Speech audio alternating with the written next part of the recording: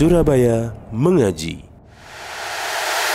Yuk, dukung dakwah Surabaya Mengaji. Salurkan harta terbaik Anda untuk operasional dakwah.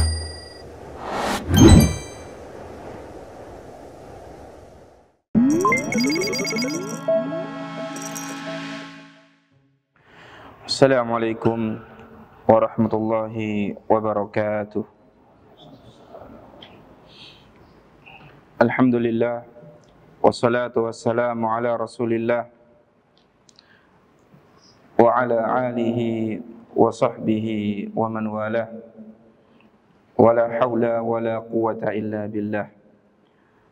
Qala Allah tabaraka wa ta'ala fi kitabihil karim, ya ayyuhalladzina amanu taqullaha haqqa tuqatih wa la tamutunna illa wa antum muslimun. Wa qala alaihi salatu wassalam, fa inna asdaqal hadithi kitabullah wa khairal hadi hadi Muhammadin sallallahu alaihi wasallam wa syarrul umuri muhdatsatuha fa inna kulla muhdatsatin bid'ah wa kulla bid'atin dhalalah wa kulla dhalalatin finnar. Ma'asyiral muslimin wal mu'minin wal muslimati wal mu'minat yang dimuliakan Allah Azza wa Jalla. Alhamdulillah, kembali lagi kita dipertemukan oleh Allah Azza wa Jalla di dalam majlis yang mulia, majlis ilmu.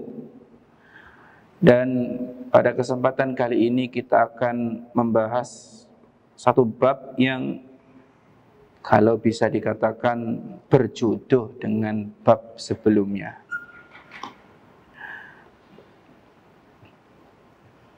Bab ini dan bab sebelumnya harus dibahas bebarengan.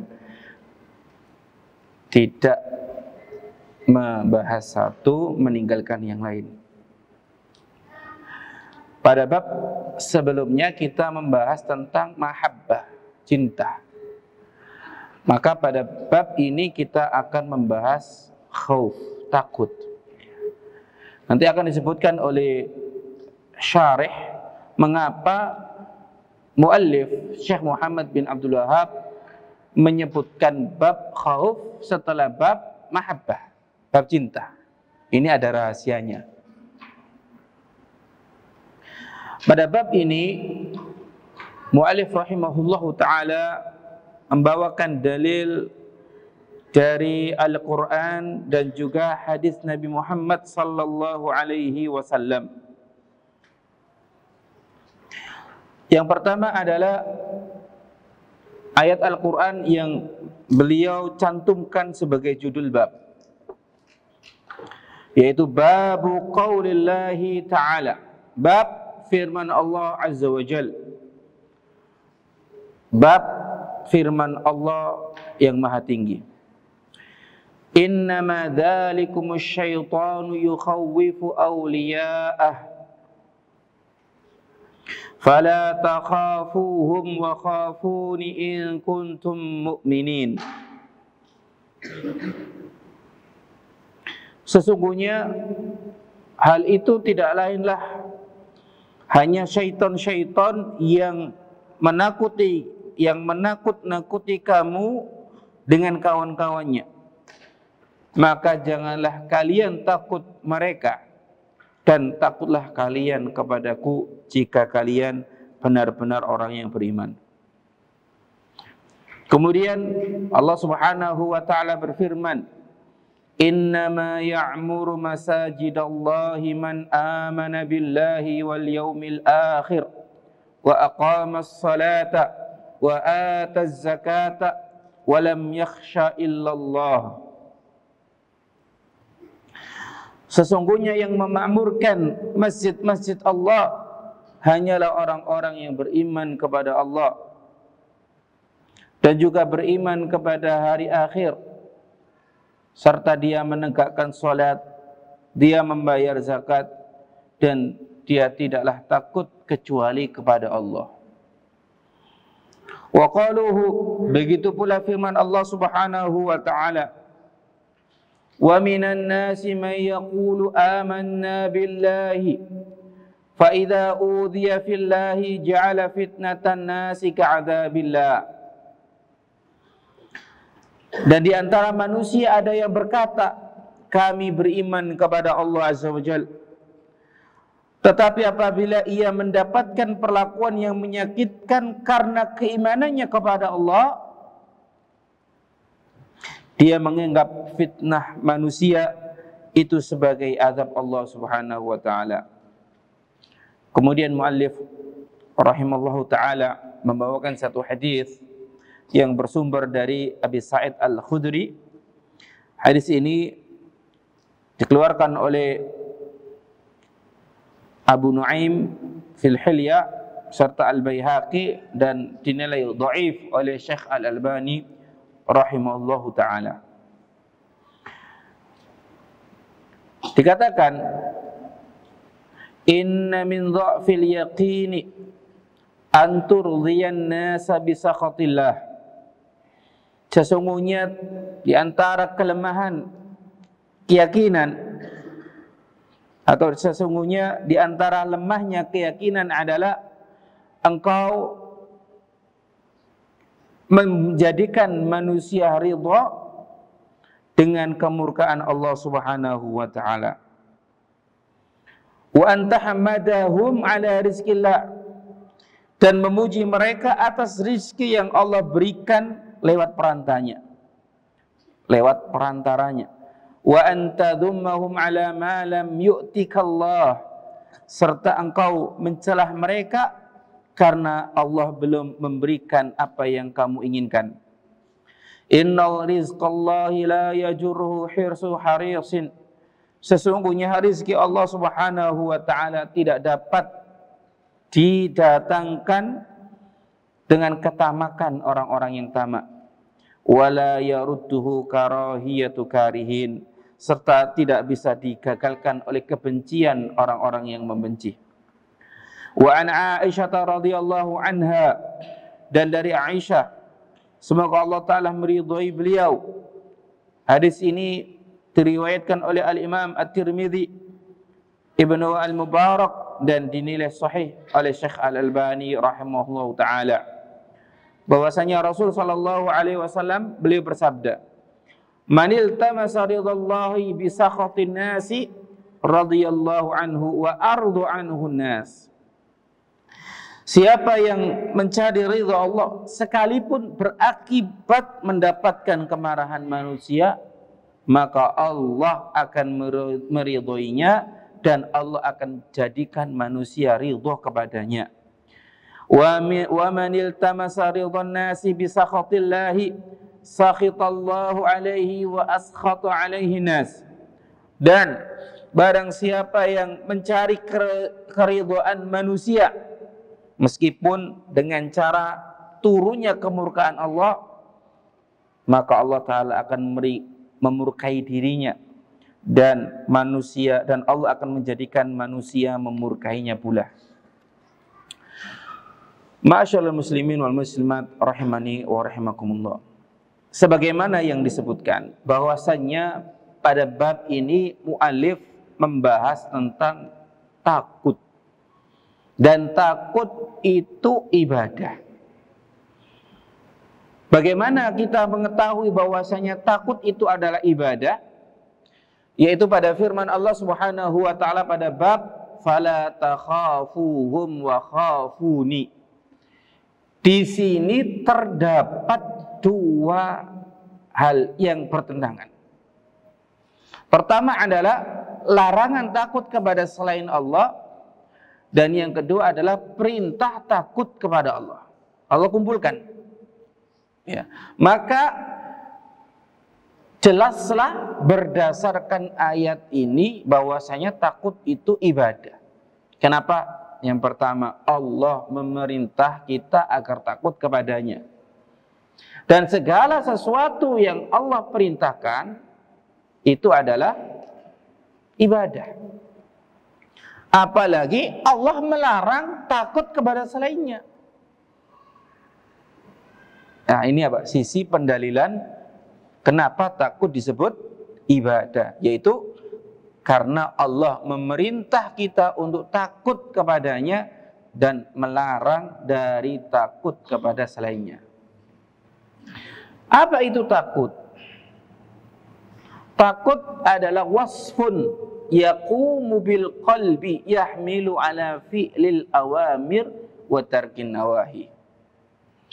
Takut adalah sifat yang ada pada hati sehingga seseorang melaksanakan apa yang diperintah dan menjauhi apa yang dilarang. Ini takut. Ya.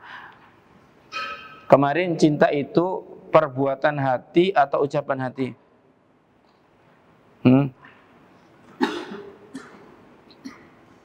Hati ini kan punya amal, punya qaul. Ada ucapan hati, perkataan hati, ada amal hati. Nah, kemarin cinta itu perbuatan hati atau perkataan hati? Perbuatan. Kenapa? Bagaimana membedakan ucapan hati sama perbuatan hati? Bahasa Jawa ono kerteke. Ini ono kerteke itu perbuatan. Ada asar di hati. Wong nek kadung seneng, hati ini jembar, iya kan? Betul. Lego. Tapi nek wong wedi, takut, gemeter. Ya. Seperti orang ya didatangi debt collector ya. Wes takutnya minta ampun ya. Gemeter ya. Ini apa? Perbuatan hati. Ya. Jadi itu membedakan antara perbuatan hati dan ucapan hati. Kalau ada asar di hati ya, seperti dhiq, sempit, gemetar, itu adalah perbuatan. Tapi kalau tidak ada, maka itu ucapan. Seperti at-tasdiq, at-takdzib, membenarkan, mendustakan, bersaksi, ini semua adalah amalan hati. Ini semua adalah ibadah hati. Tapi jenisnya adalah qaul, ya, perkataan hati. Ya. Ya. Takut itu letaknya di hati.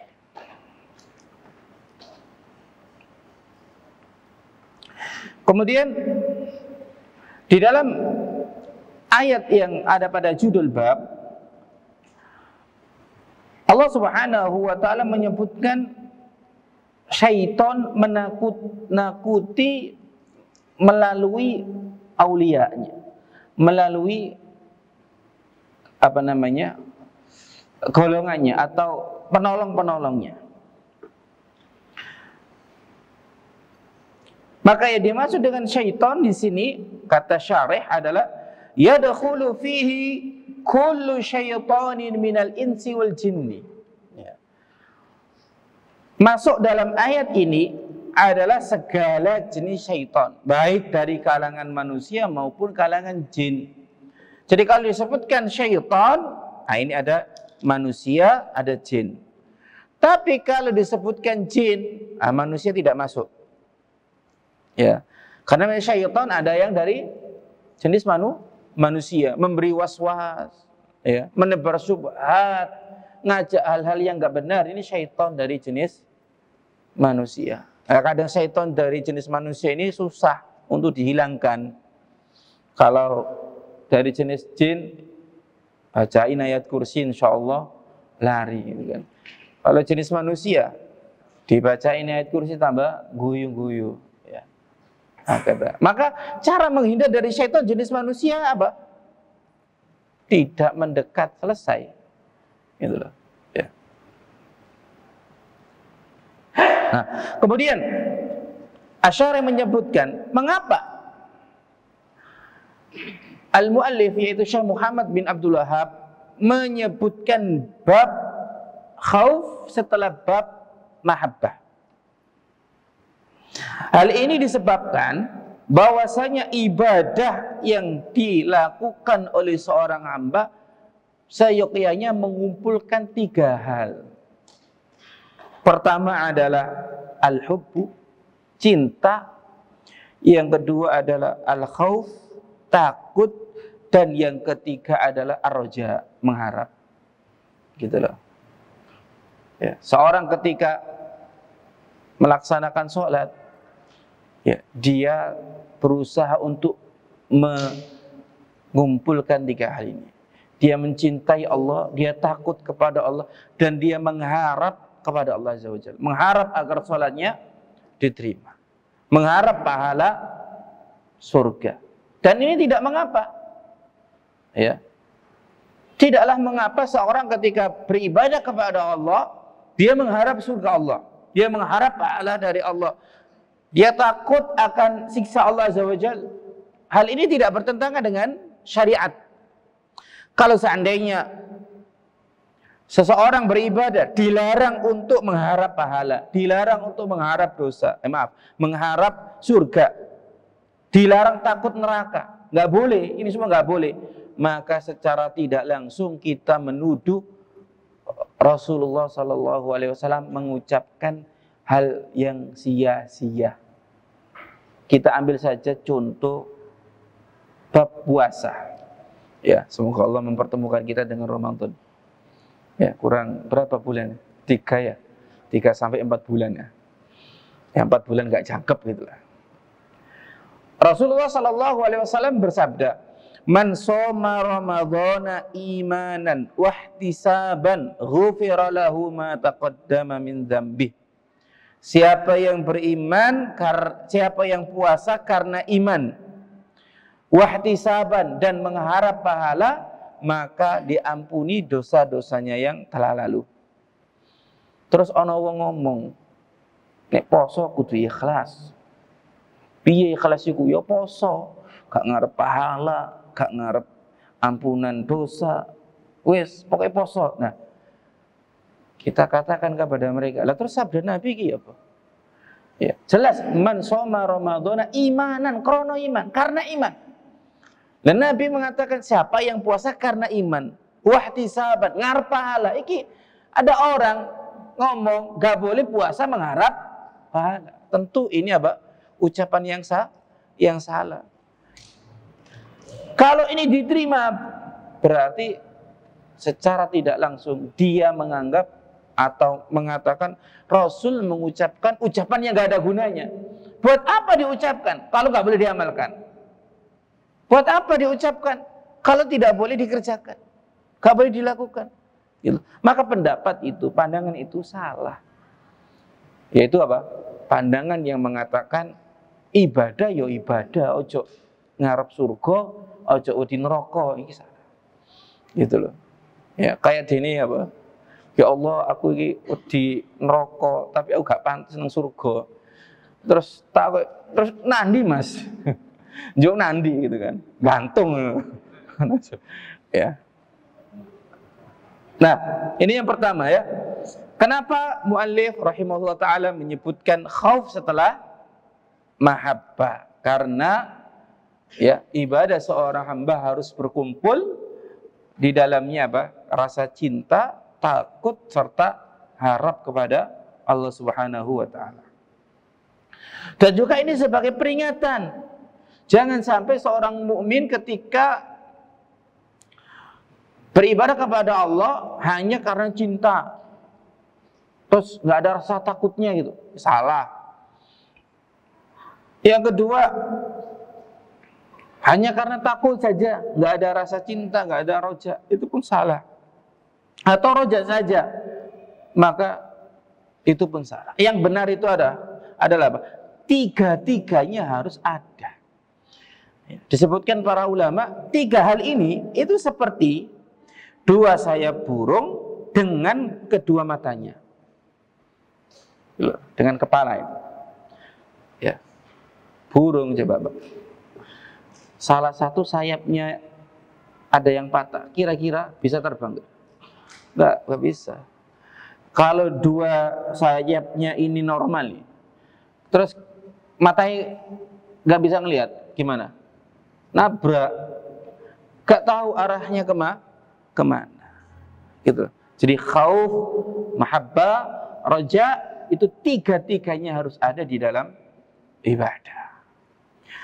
Kemudian selanjutnya Asy-Syarih menjelaskan bahwasanya takut jika ditinjau dari yang ditakuti, rasa takut dilihat dari yang ditakuti, itu dibagi dua.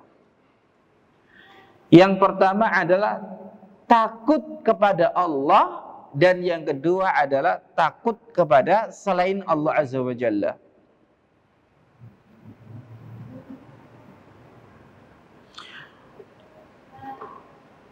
Adapun takut kepada selain Allah dikatakan oleh syarih, maka ini dibagi menjadi tiga.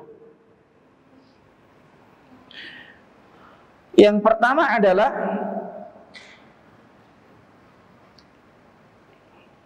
al-khawfu asyirki, yaitu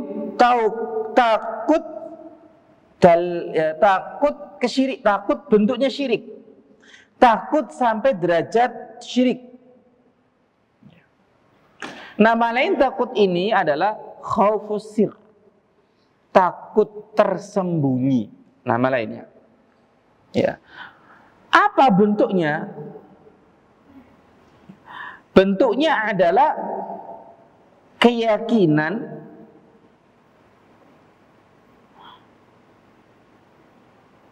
bahwasanya ada yang mampu memberikan madarat ataupun manfaat selain Allah Subhanahu wa taala.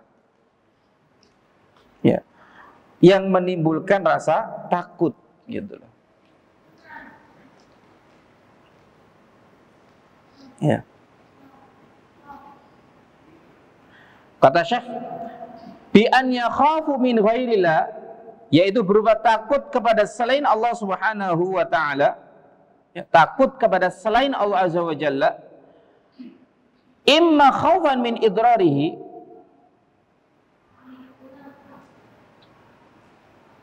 baik takut ini disebabkan takut mendapatkan madarat dari yang dia takuti, atau takut disertai keyakinan bahwasanya rasa takut tersebut mampu memberikan manfaat di akhirat. Takut yang demikian itu hanya untuk kepada Allah. Betul. Paham ya? Contoh nih, takut kepada orang yang mati atau wali yang meninggal dunia. Seseorang kalau sudah meninggal dunia, maka dia kan terputus dengan dunia. Sudah beda alam gitu loh. Ya. Nah, ada sebagian orang berkeyakinan bahwasanya wali yang sudah meninggal dunia itu bisa memberikan madarat ataupun mendatangkan manfaat.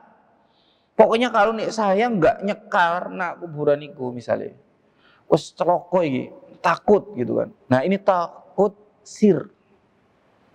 Takut dalam bentuk tersembunyi dan sampai derajat kesyirikan. Takut ini takut syirik. Gitu.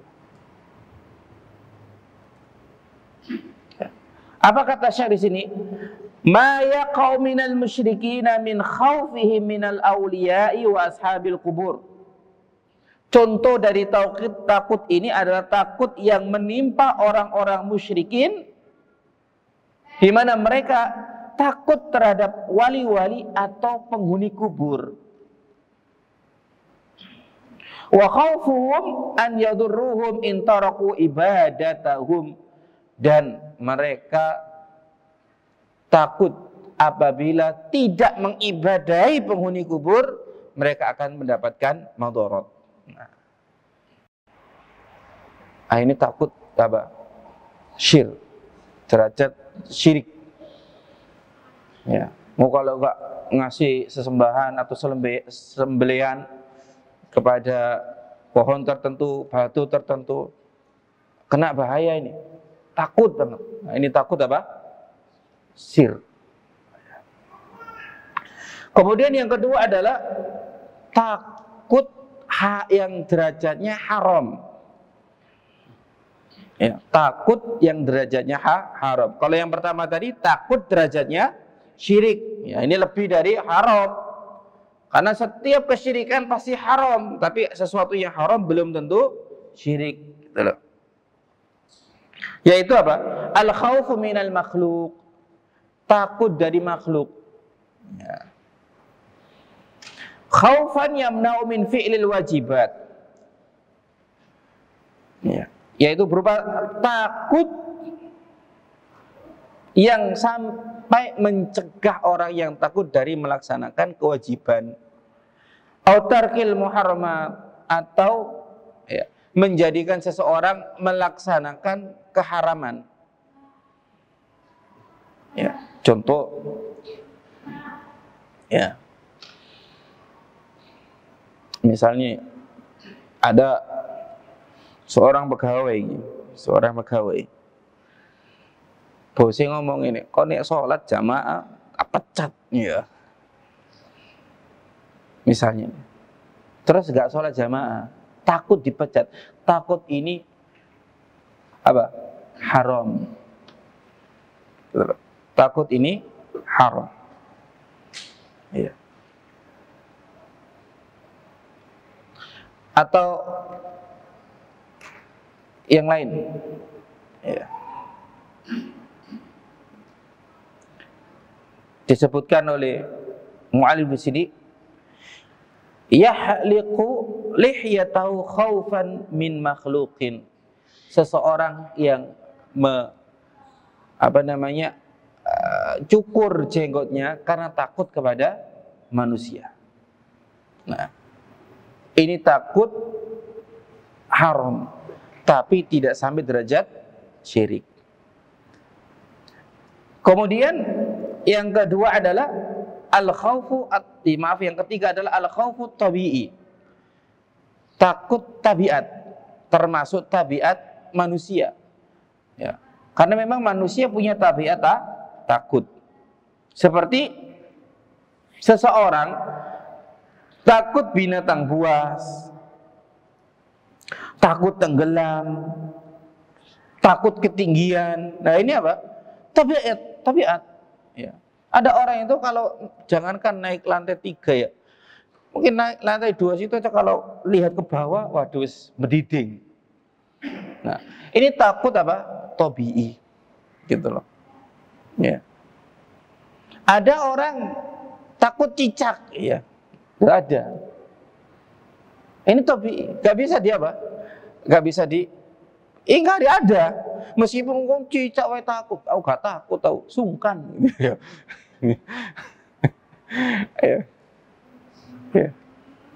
Mungkin karena apa? Ada trauma masa kecil, ya. Sering dia diganggu temennya dengan cicak hingga terbawa sampai besar. Ini takut apa? Tabi'i. Nah, jadi takut ini berkumpul di dalamnya apa? Dua hal, ibadah dan tidak ibadah. Ibadah dan tabi'i. Ini yang sering saya sampaikan. Kapan takut itu bermakna ibadah? Jika terkumpul di dalamnya makna ibadah. Gitu loh. Makna ibadah itu adalah ta'zim wa tadlil. Mengagungkan dan menghinakan diri. Nah, ini ibadah ini. Makna ibadah lughatan. Jadi kalau ada seseorang takut disertai pengagungan orang yang ditakuti dan merendahkan diri di hadapan orang yang ditakuti, maka itu ibadah. Sehingga takut tabi'i bisa saja ibadah. Makanya ada orang yang bau ular, ya kan? Boleh nggak takut sama ular kobra? Boleh nggak? Boleh. Kalau nggak boleh Ustaz, ya usah tak jak nang kandang ular kobra no, cuk takut itu. Ya, boleh. Itu tabi'i. Tapi jika seandainya disertai mengagungkan ular, merendahkan diri di hadapan ular, hingga ngasih sesajen. Ini bukan tabi'i lagi. Meskipun zat yang ditakuti itu hewan buas, ini sudah masuk takut ibadah. Ini sudah syirik. Gitu. Ya. Takut muharaman tadi. Seorang pegawai dilarang jamaah oleh bosnya, ya, oleh atasannya. Kalau dia ada kebencian, ya, dengan pelarangan tersebut, dia nggak rela. Tapi gimana lagi nanti kalau saya dipecat, dia mikirnya keduniawian, muharram. Tapi jika takut tadi disertai ta'zim kepada bosnya, merendahkan diri di hadapan bosnya, itu takut ibadah sudah. Ya. Ini apa? Garis pemisah antara takut yang tabi'i dan takut yang ibadah. Gitu loh. Rahasianya ada pada ta'zim wa tadlil. Ya. Dari sini ada keterangan apa? Lah takut nih hantu itu gimana? Tabi'i atau ibadah? Nah. Gitu loh. Ya, kita ambil kaidah. Jika takut tersebut diiringi ta'zim, diiringi tadlil, diiringi keyakinan bahwasanya jin atau hantu yang semisal mendatangkan mudarat dengan sendirinya tanpa izin Allah, itu takut ibadah. Ya, tapi kalau takut karena apa? Mungkin ya bayangannya itu wajahnya seram, namun dia lawan dengan cara membaca doa yang diajarkan oleh Rasulullah SAW. A'udzu bikalimatillahi tammah min syarri ma khalaq. Dia baca itu. Ya, maka ini takut tabi'i dan dia tidak terjatuh dalam takut kesyirikan. Kemudian yang kedua adalah takut kepada Allah. Ya. Jadi tadi macam-macam takut kepada selain Allah. Ada 3. Yang pertama, takut syirik. Ya, yang derajat syirik. Yang kedua, haram. Yang ketiga, tabiat. Nah, sekarang takut kepada Allah. Huwa ibadatun min ajalil ibadat. Takut kepada Allah adalah ibadah yang paling agung. Wa huwa khawfut ta'zim wa dhul. Nah, ini. Dan ini adalah takut disertai pengagungan kepada Allah, serta merendahkan diri, menghinakan diri di hadapan Allah, wal khudu'u lillah, serta tunduk kepada Allah. Wa qad asnallahu ala ahlihi, dan Allah Ta'ala telah memuji orang-orang yang takut kepadanya. Allah berfirman, innama yakhshallaha min ibadihil ulama. Sesungguhnya yang takut kepada Allah dari kalangan hamba-hambanya hanyalah para ulama. Betul. Iya. Ini tidak boleh dijadikan, ayat ini tidak boleh dijadikan sebagai ukuran definisi ulama. Nah, ada toh? Ya, mungkin beberapa tahun yang lalu ini. Ulama itu siapa sih? Gampang mendefinisikan ulama. Yaitu apa? Di surat Al-Fatir ayat yang ke-28 Allah berfirman, innama yakhshallaha min ibadihil ulama. Yang takut kepada Allah dari kalangan hambanya itu ulama. Pokoknya kalau takut kepada Allah ulama, ya. Sampai apa? Lancangnya, oh, sapi sudah di ulama katanya. Yang penting syaratnya takut. Nah, ini gak ngerti ayat bicara ayat, gitu loh. Ya. Allah Subhanahu wa taala mengatakan innama yakhsha, bukan innama yakhafu. Ya. Yakhsha. Yakhsha itu adalah takut disertai dengan ta'zim, pengagungan. Sehingga apa? Takut disertai dengan ilmu, mengilmui Allah Azza wa Jalla. Makanya dikatakan kenapa yang takut kepada Allah itu ulama, karena ulama adalah orang yang mengenal Allah Azza wa Jalla, mengilmui Allah Azza wa Jalla melalui ayat-ayatnya. Gitu loh. Tahu nama-nama Allah, tahu sifat-sifat Allah, hafal, bahkan merasuk dalam hati dan tercermin dalam amal perbuatan. pantaslah apa? Rasa takut itu ada pada mereka. Bukan pokoknya yang penting takut kepada Allah ulama, bukan begitu pemahaman ayatnya. Gitu loh. Nah, ini bahaya. Ya. Jadi ini kenapa dikatakan yang takut kepada Allah hanya ulama? Karena para ulama itu mengenal Allah Subhanahu wa ta'ala. Itulah.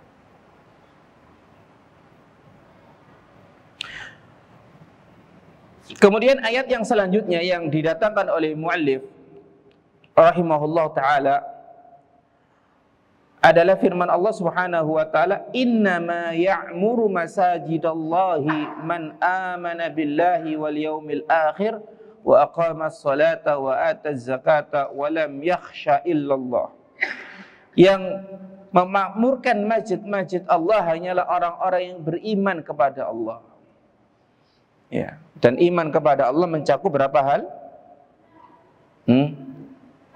Mencakup 4 hal. Pertama, al-imanu biwujudillah, mengimani akan adanya Allah.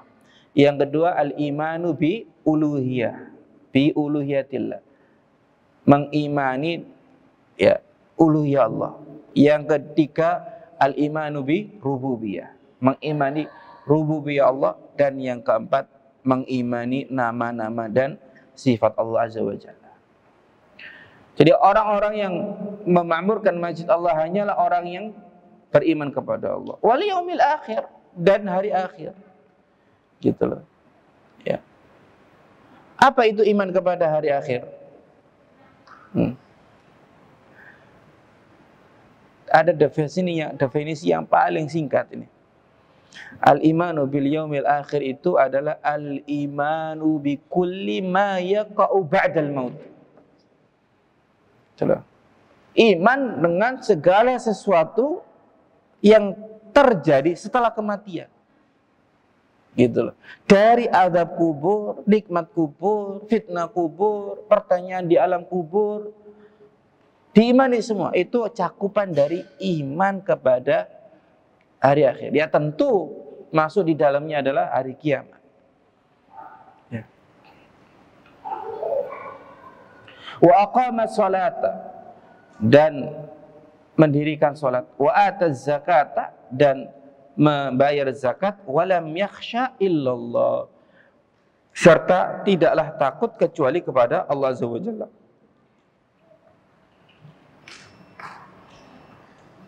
Di sini sisi pendalilan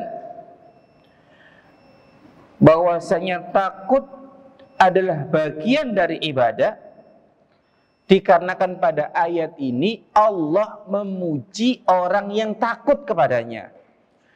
Ya, dikatakan orang yang memakmurkan masjid, nah ini kan pujian toh, memakmurkan masjid pujian,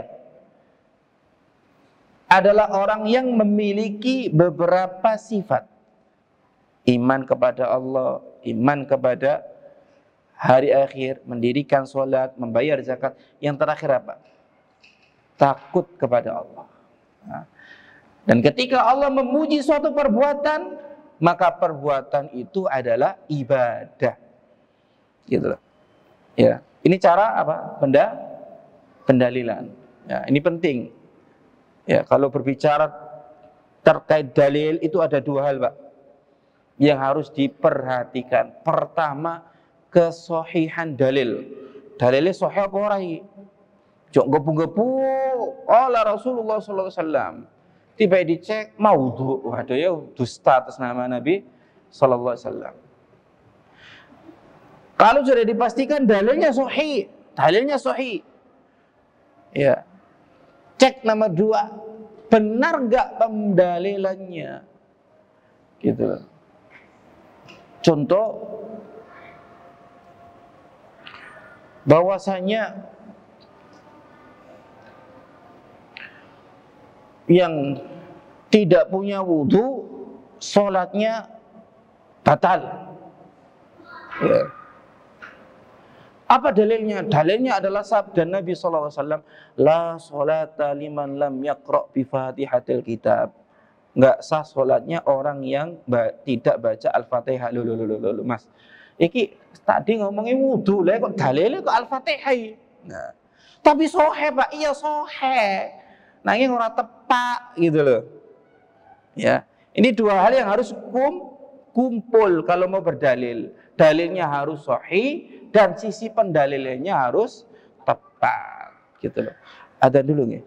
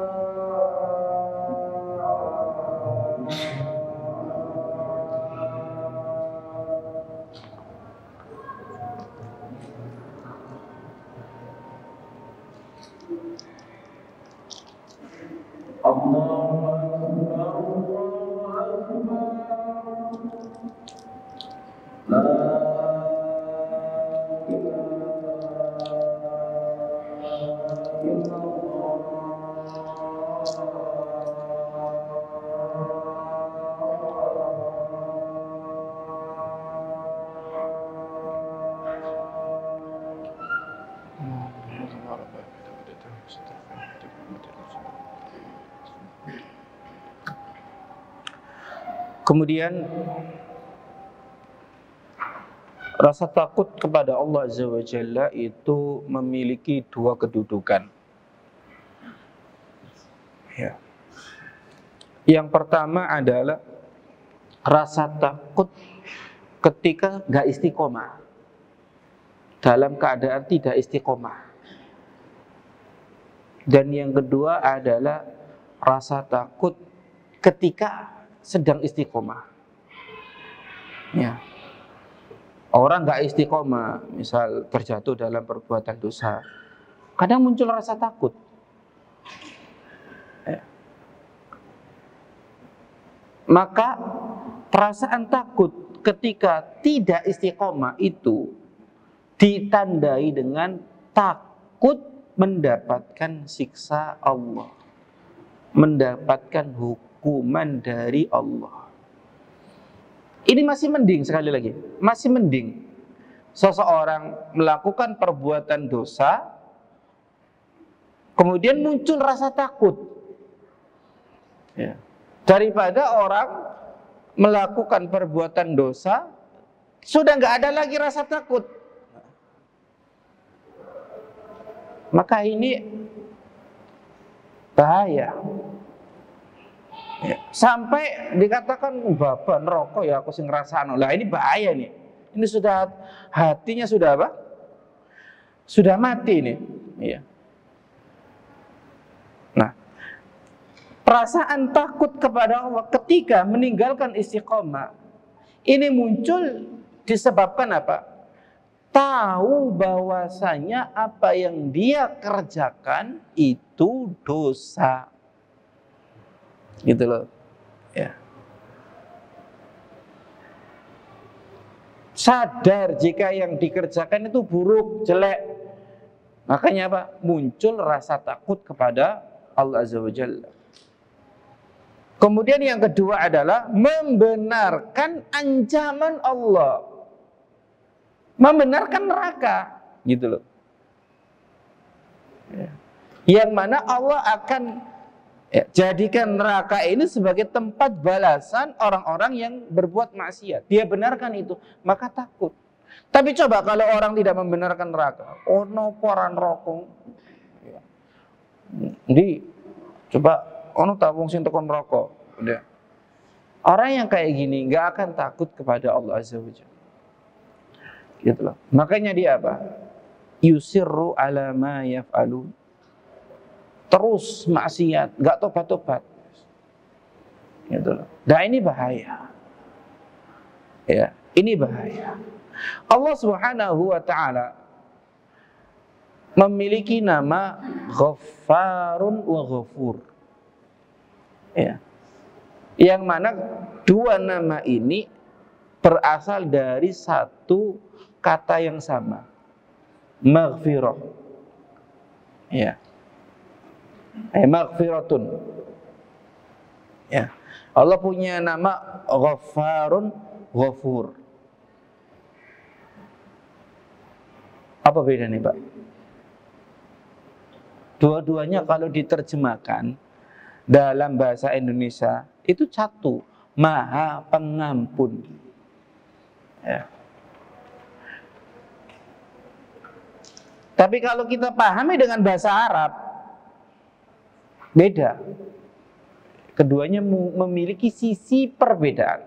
Kalau Ghaffar itu banyak mengampuni. Kalau Ghafur benar-benar ngampuni.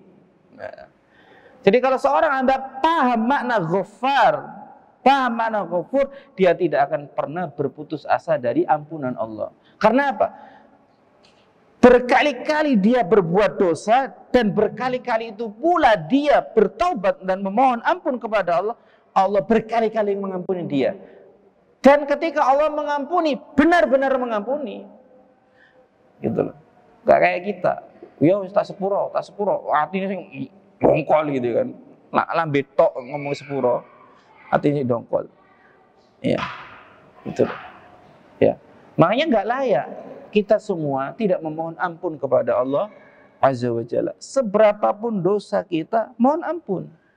Gitu loh. Ya, tidak usah nanti. Tidak usah. Langsung mohon ampun kepada Allah Ta'ala. Ustaznya kok dosa mana? Dosa lagi yuk, minta ampun lagi. Gitu loh. Ya. Ini bukan berarti apa? Membenarkan perbuatan dosa. Bukan. Tapi terkadang syaitan datang kepada seorang hamba yang berkali-kali berbuat dosa, terus dibisiki, awakmu iki dolanan tobaté. Dak, saiki tobat menilak maksiat maneh. Ya, wis munafik kon, ya kan. Akhirnya apa? Waduh rek, timbang iki aku njuk sepuro kok dosa maneh gitu. Wis mene wae lah nek tuwek-tuwek ngono wis watu-watu ngono. Baru wae njuk sepuro teman. Enggak boleh seperti itu. Ya, itu apa? Was-was syaitan. Gitu loh, ya. Ya ini apa? Kenapa seseorang ketika dia tidak istiqomah muncul rasa takut? Ya, sebab yang kedua, Pak, dia membenarkan ancaman Allah. Kemudian yang ketiga adalah tidak tahu bahwasanya kadang melakukan perbuatan dosa itu bisa menghalangi seseorang dari taubat. Ya. Ya. Ya. Nah, apalagi jika musirun, wis kadung tenggelam, ya, wis tenggelam di dosa, konco-konco yang ngono. Nah, iki wis angel biasanya. Nah, ditambahi jahil, bodoh. Gitu. Ya, maka ilmu itu penting, ilmu agama itu penting. Ya, paling enggak wong sing tahu ngaji ngerti iki dosa iki ora. Itu paling mending itu. Sehingga apa? Ketika dia tahu itu dosa, kemungkinan untuk tobat itu ada. Karena apa? Tahu salah. Gitu loh. Iya. Kayak dene ngene Pak iki. Nang Malang.